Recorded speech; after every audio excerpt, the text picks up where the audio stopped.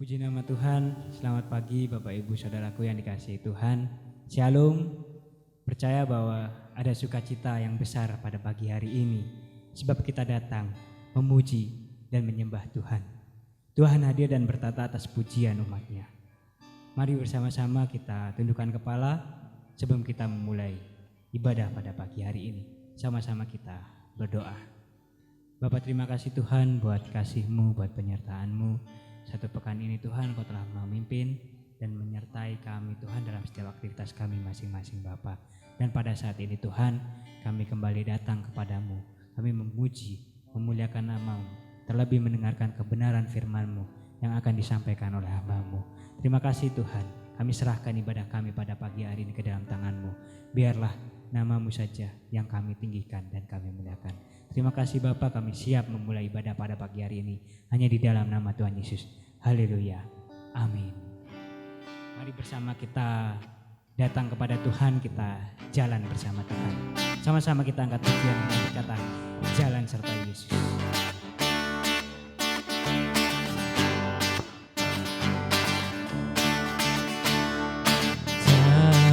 Jalan serta Yesus, jalan sertanya setiap hari.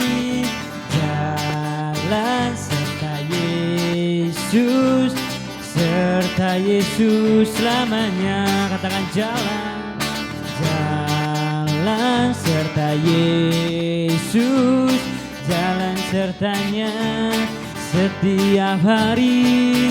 Jalan serta Yesus, serta Yesus selamanya. Jalan dalam suka, jalan dalam duka, jalan sertanya setiap hari.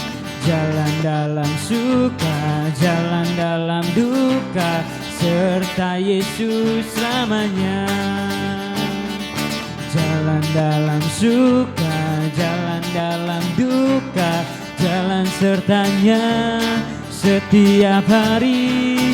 Jalan dalam suka, jalan dalam duka, serta Yesus selamanya. Mari bersama-sama kita katakan, jalan serta Yesus, jalan sertanya setiap hari. Jalan serta Yesus, serta Yesus selamanya. Jalan serta Yesus, jalan sertanya setiap hari. Jalan serta Yesus, serta Yesus selamanya.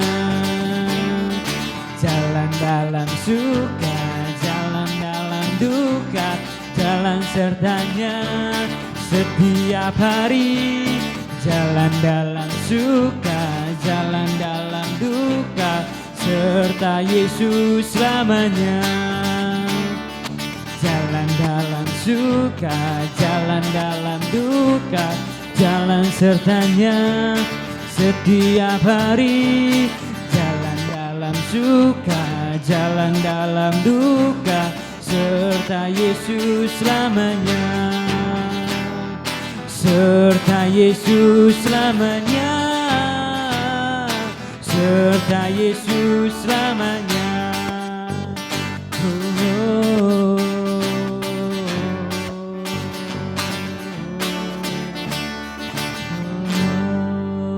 Haleluya. Puji nama Tuhan. Salam Bapak Ibu, Saudara-saudara yang saya kasihi di dalam Tuhan Yesus Kristus. Kita saatnya untuk mendengar dan merenungkan kebenaran firman Tuhan untuk kesempatan hari ini. Oleh karena itu, sebelum kita lebih lanjut membaca dan merenungkan firman Tuhan, mari terlebih dahulu kita tundukkan kepala, kita berdoa. Kami naikkan segala pujian dan syukur kami ke hadirat Tuhan, sebab oleh pertolongan dan pimpinan Tuhan sajalah kami boleh ada hingga pada hari ini. Dan keberadaan kami hingga pada hari ini bukan suatu kebetulan, Tetapi Tuhan punya maksud dan rencana yang indah dalam setiap kehidupan kami. Saatnya bersama-sama kami mempersiapkan hati, hidup kami, untuk kami mendengar dan merenungkan firman Tuhan. Biarlah kiranya pimpinan penyertaan Tuhan menyertai dan memberkati pemberitaan firman, sehingga firman-Mu sungguh menjadi kekuatan, menjadi pedoman bagi setiap kami. Berkati setiap jemaat-Mu dimanapun mereka berada. Biarlah mereka tetap bersukacita dan berbahagia di dalam ibadah di rumah mereka masing-masing. Biarlah firman Tuhan menyukakan setiap kami. Terpujilah nama-Mu Bapa, di dalam nama Tuhan Yesus Kristus kami berdoa. Amin. Puji Tuhan, Bapak Ibu, Saudara yang dikasihi Tuhan. Pada kesempatan ini kita akan membaca firman Tuhan dari kitab Ibrani pasal 10 ayat 1 hingga ayat yang ke-18. Tetapi kita tidak akan membaca seluruhnya, bagian-bagian penting yang akan kita baca. Ibrani pasal 10 ayat 1 hingga ayat yang ke-18, demikian firman Tuhan. Persembahan yang sempurna. Di dalam hukum Taurat hanya terdapat bayangan saja dari keselamatan yang akan datang, dan bukan hakikat dari keselamatan itu sendiri. Karena itu dengan korban yang sama, yang setiap tahun terus-menerus dipersembahkan, hukum Taurat tidak mungkin menyempurnakan mereka yang datang mengambil bagian di dalamnya. Selanjutnya kita akan baca pada ayat 11. Selanjutnya setiap imam melakukan tiap-tiap hari pelayanannya dan berulang-ulang mempersembahkan korban yang sama sekali tidak dapat menghapuskan dosa. Tetapi ia telah mempersembahkan hanya satu kali korban saja karena dosa. Ia duduk untuk selama-lamanya di sebelah kanan Allah, dan sekarang ia hanya menantikan saatnya di mana musuh-musuhnya akan dijadikan tumpuan kakinya. Sebab oleh satu korban saja ia telah menyempurnakan untuk selama-lamanya mereka yang ia kuduskan. Jadi apabila untuk semuanya itu ada pengampunan, tidak perlu lagi dipersembahkan korban karena dosa. Berbahagialah setiap kita, orang-orang yang suka membaca firman Tuhan, merenungkan firman Tuhan, terlebih-lebih yang melakukan kebenaran firman Tuhan. Saudara-saudara yang kekasih, kita akan belajar merenungkan firman Tuhan, bagaimana Yesus Kristus telah mempersembahkan korban yang benar, korban yang suci, sehingga sekali dia berkorban berlaku untuk selama-lamanya. Nah, kita akan sedikit lihat bagian yang pertama, yaitu tentang hukum Taurat. Di dalam hukum Taurat hanya terdapat bayangan saja dari keselamatan yang akan datang. Bayangan itu bisa jadi gambaran yang menunjuk kepada satu waktu yang akan datang. Karena ini adalah sebagai satu bayangan, itu artinya bahwa itu bukan satu hakikat dari keselamatan itu sendiri.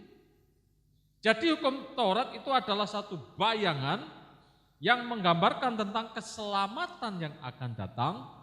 Itu sudah pasti bahwa hukum Taurat bukan hakikat dari keselamatan itu sendiri. Makanya saudara yang dikasihi Tuhan, siapakah hakikat keselamatan itu? Apakah hakikat dari keselamatan itu? Inilah yang menjadi pertanyaan di dalam hukum Taurat. Karena itu dengan korban yang sama, yang setiap tahun terus-menerus dipersembahkan, hukum Taurat tidak mungkin menyempurnakan mereka yang datang mengambil bagian di dalamnya. Sebab jika hal itu mungkin, pasti orang tidak mempersembahkan korban lagi. Sebab mereka yang melakukan ibadah itu tidak sadar lagi akan dosa setelah disucikan sekali untuk selama-lamanya. Tetapi justru oleh korban-korban itu setiap tahun orang diperingatkan akan adanya dosa. Jadi sangat jelas korban-korban yang dipersembahkan terus-menerus berulang-ulang dan setiap tahun terus-menerus seperti itu menjadi satu peringatan kepada umat bahwa diperingatkan tentang dosa, bahwa dosa itu sangat mempengaruhi dalam kehidupan manusia.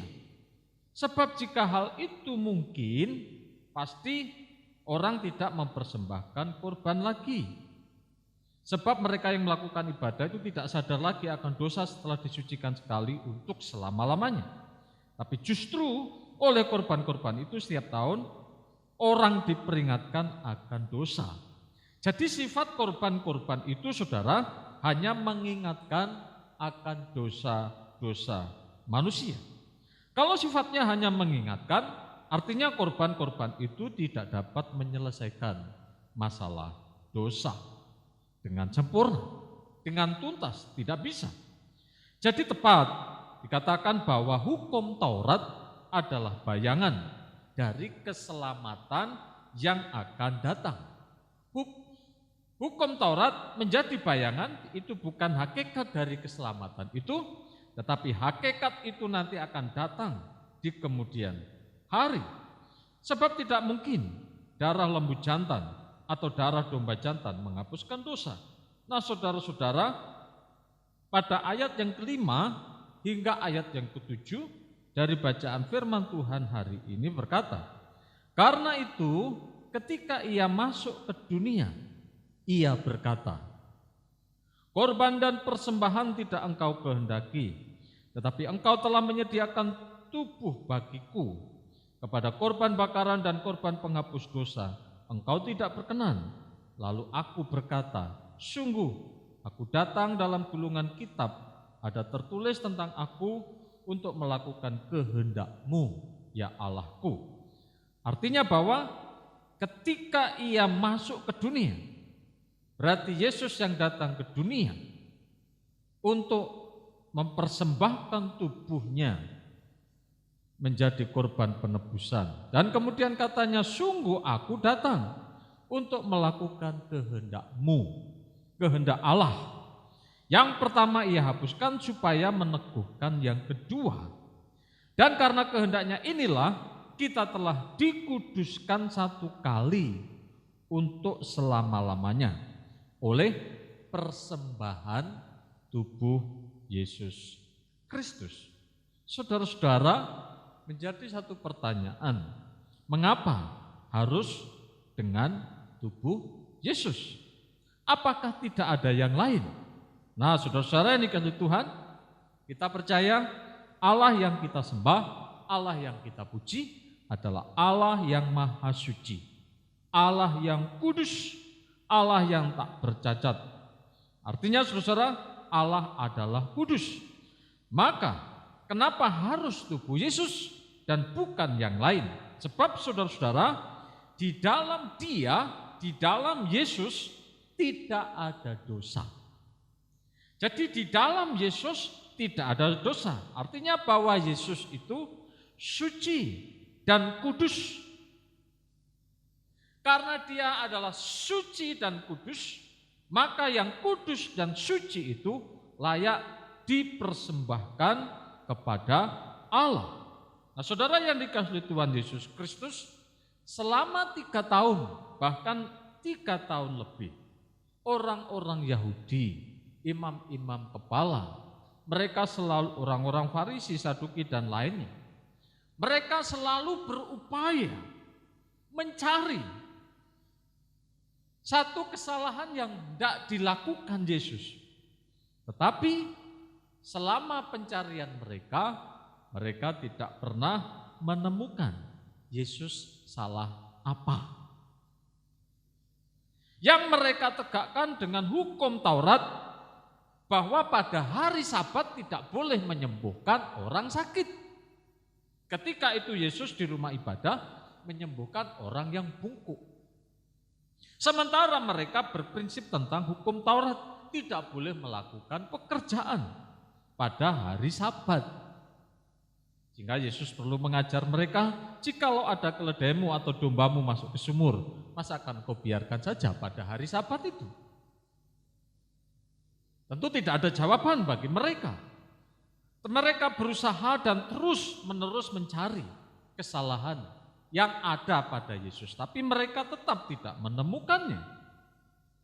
Bahkan pimpinan tertinggi, pimpinan hakim tertinggi pada waktu itu yang adalah Pontius Pilatus sama sekali tidak menemukan kesalahan yang setimpal untuk hukuman mati kepada Yesus.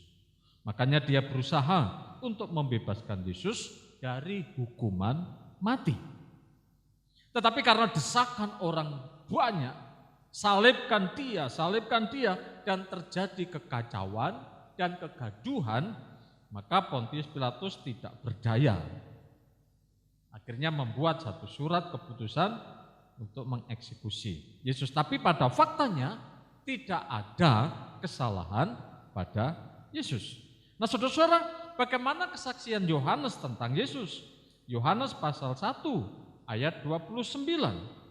Pada keesokan harinya, Yohanes melihat Yesus datang kepadanya dan berkata, "Lihatlah anak domba Allah yang menghapus dosa dunia." Jadi Yohanes jelas ketika dia melihat Yesus, dialah anak domba Allah yang tak bercacat dan tak bernoda, yang suci, yang kudus dari Allah. Inilah yang mampu, yang bisa untuk menghapus dosa dunia. Nah saudara, jadi kitab Taurat itu adalah bayangan dari keselamatan yang akan datang dan bukan hakikat. Jelas hakikat keselamatan itu ada pada Yesus Kristus. Bagaimana pelayanan imam-imam? Selanjutnya setiap imam melakukan tiap-tiap hari pelayanannya dan berulang-ulang mempersembahkan korban yang sama sekali tidak dapat menghapuskan dosa. Melakukan tiap-tiap hari pelayanannya dan berulang-ulang mempersembahkan korban yang sama. Kembali kita diingatkan bahwa setiap korban sifatnya hanya mengingatkan akan dosa mereka. Tetapi ia setelah mempersembahkan hanya satu korban saja karena dosa, sebab oleh satu korban saja ia telah menyempurnakan untuk selama-lamanya mereka yang ia kuduskan. Jadi Yesus mempersembahkan dirinya. Yang kita tahu tentang karya Allah di dalam Yesus Kristus di atas bukit Kalvari atau Golgota, bagaimana Yesus telah menyelesaikan masalah dosa di sana. Dosa itu dipikulnya, ditanggungnya dengan begitu berat yang harus dia alami. Saudara-saudara yang dikasihi Tuhan, sehingga di dalam Yohanes pasal 19 ayat yang ke-30, Yesus berkata, maka berkatalah ia dengan satu perkataan, sudah selesai. Pada saat Yesus mengatakan sudah selesai, lalu ia menundukkan kepalanya dan menyerahkan nyawanya. Artinya bahwa karya Allah untuk menebus dosa umat manusia, kasih Tuhan yang begitu besar kepada dunia ini, dengan cara dan kehendak Allah sendiri, dengan mengorbankan anaknya yang tunggal untuk menjadi korban penebusan dosa manusia, dan Yesus berkata, sudah selesai. Jadi korban penghapus dosa, korban untuk menyelesaikan masalah dosa, Tuhan Yesus sudah menyelesaikan. Saudara-saudara yang dikasihi Tuhan, kita akan lihat bagaimana kesaksian Roh Kudus tentang hal itu. Dan tentang hal itu, Roh Kudus memberi kesaksian kepada kita. Sebab ia telah berfirman, inilah perjanjian yang akan kuadakan dengan mereka sesudah waktu itu. Ia berfirman pula, aku akan menaruh hukumku di dalam hati mereka dan menuliskannya dalam akal budi mereka. Dan aku tidak lagi mengingat dosa dan mengingat dosa-dosa dan kesalahan mereka. Bapak Ibu yang terkasih di dalam Tuhan Yesus Kristus, ada beberapa pertanyaan yang perlu kita renungkan dari kesaksian Roh Kudus ini. Apakah hukum Allah sudah ada di dalam hati kita? Apakah firman Allah itu sudah ada di dalam hati kita? Artinya seluruh kehendak hati kita, kehendak kita, keinginan kita dikuasai oleh Tuhan. Sehingga kita bisa berkata, bukan kehendakku lagi, tetapi kehendak Tuhan dalam hidup kita. Tuhan Yesus berkata dalam Matius pasal 7 ayat 21, bukan setiap orang yang berseru kepadaku Tuhan, Tuhan akan masuk ke dalam kerajaan surga, melainkan dia yang melakukan kehendak Bapa-Ku yang di surga. Jadi siapa mereka yang bisa masuk ke dalam kerajaan surga? Jadi kehendak kita sama dengan kehendak Tuhan. Bukan Tuhan harus menyesuaikan dengan kehendak kita, tetapi kehendak kita harus sesuai dengan kehendak Tuhan. Di mana kita dapat menemukan kehendak Tuhan? Saudara-saudara, dalam Alkitab, firman Allah itu adalah kehendak Tuhan. Jadi betapa pentingnya ketika kita membaca dan terus merenungkan firman Tuhan, maka apa yang kita baca dan kita renungkan itu akan menguasai hati kita. Dan seluruh kehendak kita, keinginan-keinginan kita dengan berbagai-bagai macam keinginan. Tetapi kalau Tuhan sudah menguasai hati kita, saudara-saudara, tidak ada apapun yang bisa menggantikannya. Bahkan pemazmur berkata, lebih baik 1 hari di pelataranmu daripada 1000 hari di tempat lain. Artinya bahwa betapa pentingnya kehendak Tuhan, firman Tuhan itu dalam kehidupan kita. Apakah kehendak kita sudah sesuai dengan kehendak Bapa kita yang ada di surga? Jadi saudara-saudara, kita harus terus bisa introspeksi diri kita masing-masing setiap hari. Apakah kehendakku sudah sesuai dengan kehendak Bapa yang di surga? Dan juga apakah firman Allah sudah mewarnai akal budi kita, pikiran kita? Saudara-saudara yang dikasihi Tuhan Yesus Kristus, oleh karenanya maka kita juga harus berpikir seperti Kristus berpikir. Pikiran yang dipenuhi oleh firman Allah. Bapak Ibu yang terkasih dalam Tuhan Yesus Kristus, di dalam pikiran bisa menyimpan begitu banyak memori. Dan bahkan ada satu perbendaharaan yang bisa kita simpan di dalam memori kita. Nah, pertanyaannya, apa yang memenuhi memori kita hari ini? Macam-macam. Tetapi pada kesempatan hari ini saudara-saudara, apakah firman Allah sudah memenuhi pikiran kita? Sudah mewarnai pikiran kita? Sehingga dengan firman Tuhan yang memenuhi pikiran kita, sehingga kita bisa berpikir seperti Kristus berpikir. Bagaimana kita berpikir seperti Allah berpikir? Karenanya kita harus memenuhinya dengan firman Tuhan. Saudara-saudara yang dikasihi Tuhan Yesus Kristus, banyak pikiran-pikiran negatif yang hari ini terus berkembang dalam kehidupan kita. Sampai kapan virus COVID-19 ini akan berakhir? Tapi sampai hari ini kita masih tetap dan bergelut dengan situasi dan kondisi COVID-19. Tetapi saudara-saudara, dengan situasi seperti ini, Tuhan mengajak kita untuk kita berpikir seperti Kristus berpikir, sehingga kita bisa mengetahui apa kehendak Tuhan dengan situasi seperti ini.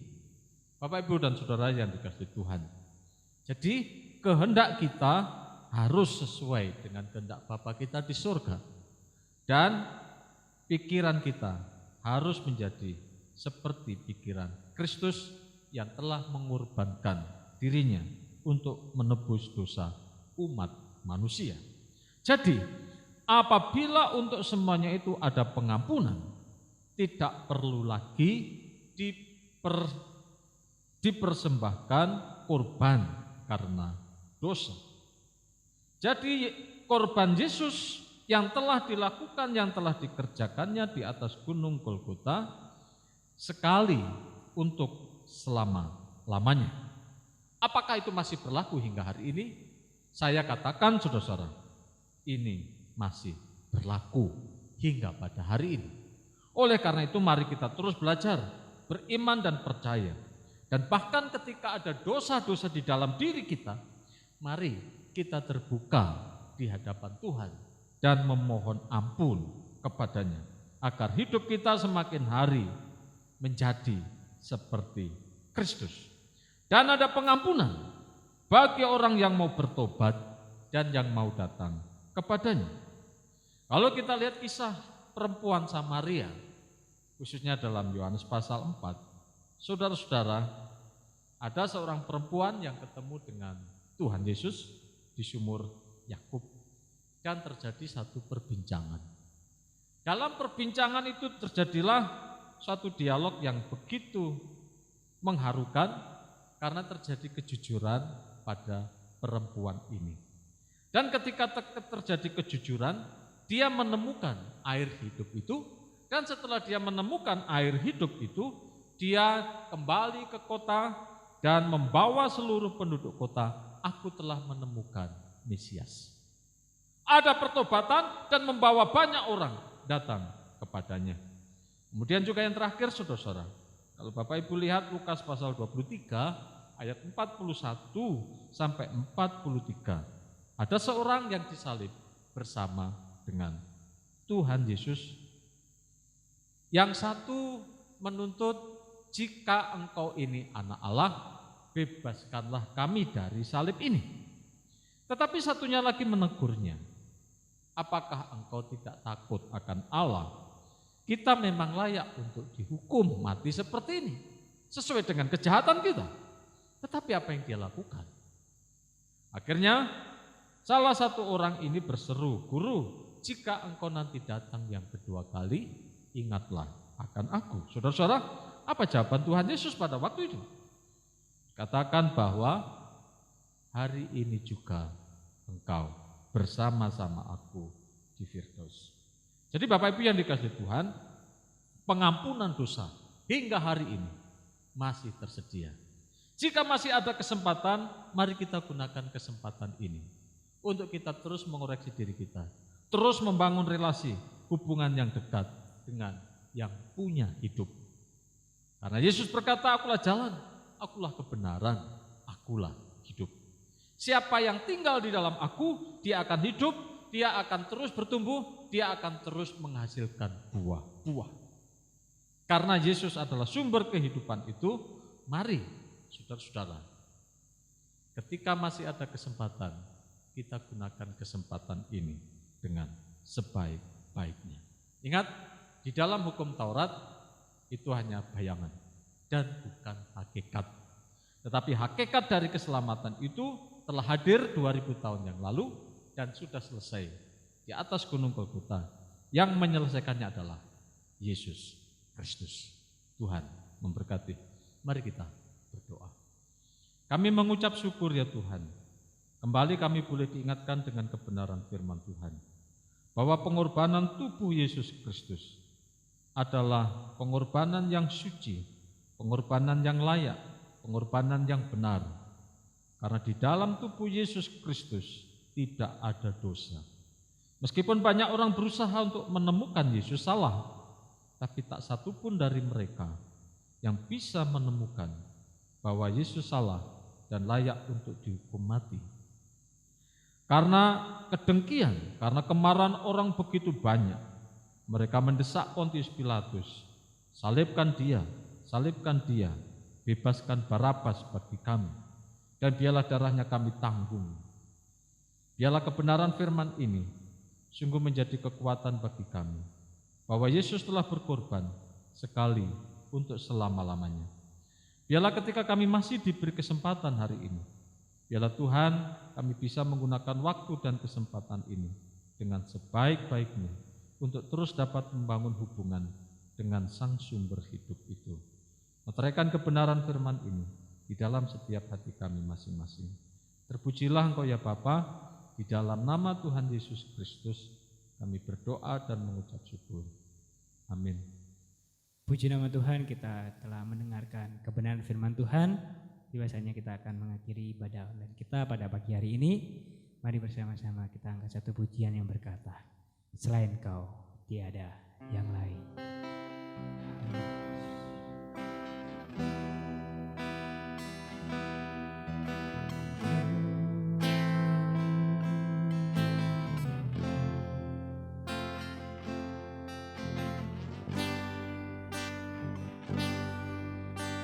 Selain Kau tiada yang lain,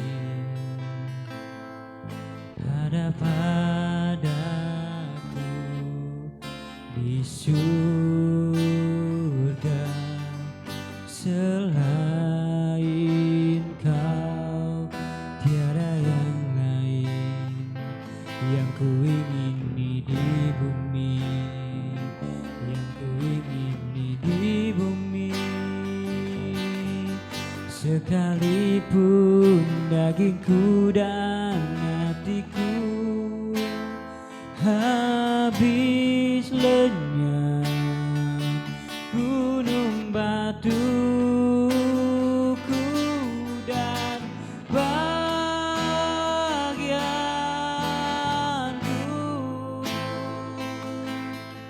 tetaplah selama-lamanya.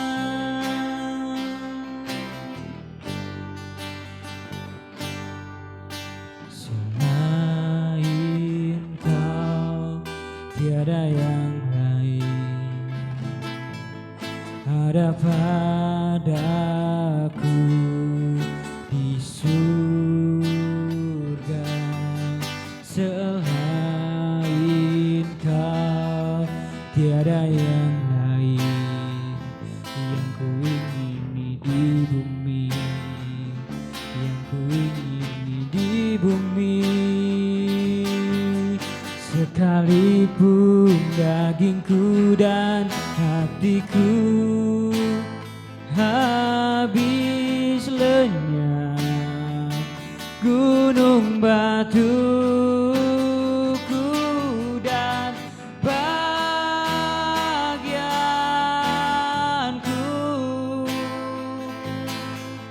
tetaplah selama-lamanya. Sekalipun dagingku dan hatiku habis lenyap, gunung batuku dan bagianku,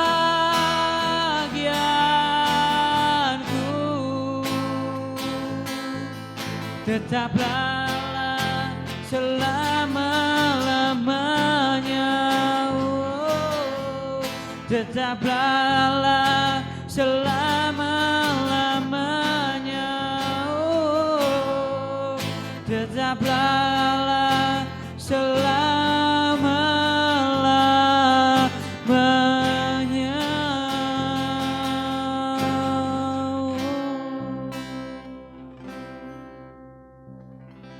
Shalom Bapak Ibu, saudara-saudara yang saya kasihi di dalam Tuhan Yesus Kristus. Puji Tuhan, hari ini kita boleh menikmati ibadah kita bersama-sama pada kesempatan ini. Kita akan akhiri ibadah kita hari ini. Saya mengundang Bapak Ibu semua kita bisa bangkit berdiri. Segala puji dan syukur kami naikkan ke hadirat Tuhan. Oleh pertolongan dan pimpinan Tuhan sajalah ibadah kami hari ini boleh berjalan dengan baik. Biarlah setiap rumah tangga kami masing-masing dimanapun kami berada, ketika kami boleh beribadah pada hari ini, Tuhan memberkati. Saatnya Tuhan kami hendak mengakhiri ibadah kami pada hari ini. Biarlah penyertaan Tuhan, pimpinan Tuhan, terus menyertai setiap jemaat Tuhan dalam seluruh kegiatan dan aktivitas, baik pada hari ini, bahkan pada pekan yang akan datang. Bapak, Ibu, dan saudaraku yang dikasihi Tuhan, arahkanlah hati dan pikiranmu, terimalah berkat yang daripada Tuhan. Kiranya anugerah damai sejahtera dari Allah Bapa, cinta kasih sayang dari Yesus Kristus Sang Putra, kuat kuasa dalam persekutuan Roh Kudus, menyertai, memberkati Bapak, Ibu, saudara sekalian, hari ini sampai selama-lamanya. Amin. Amin.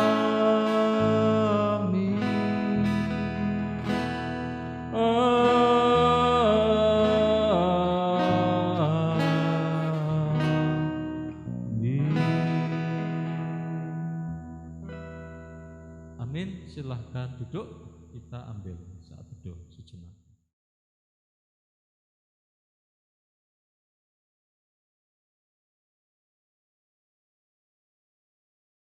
Puji Tuhan, Bapak, Ibu, saudara-saudara yang Tuhan, ibadah kita hari ini boleh berjalan dengan baik. Itu semua oleh karena kemurahan Tuhan.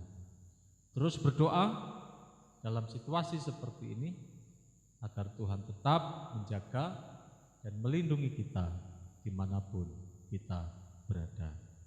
Tuhan memberkati.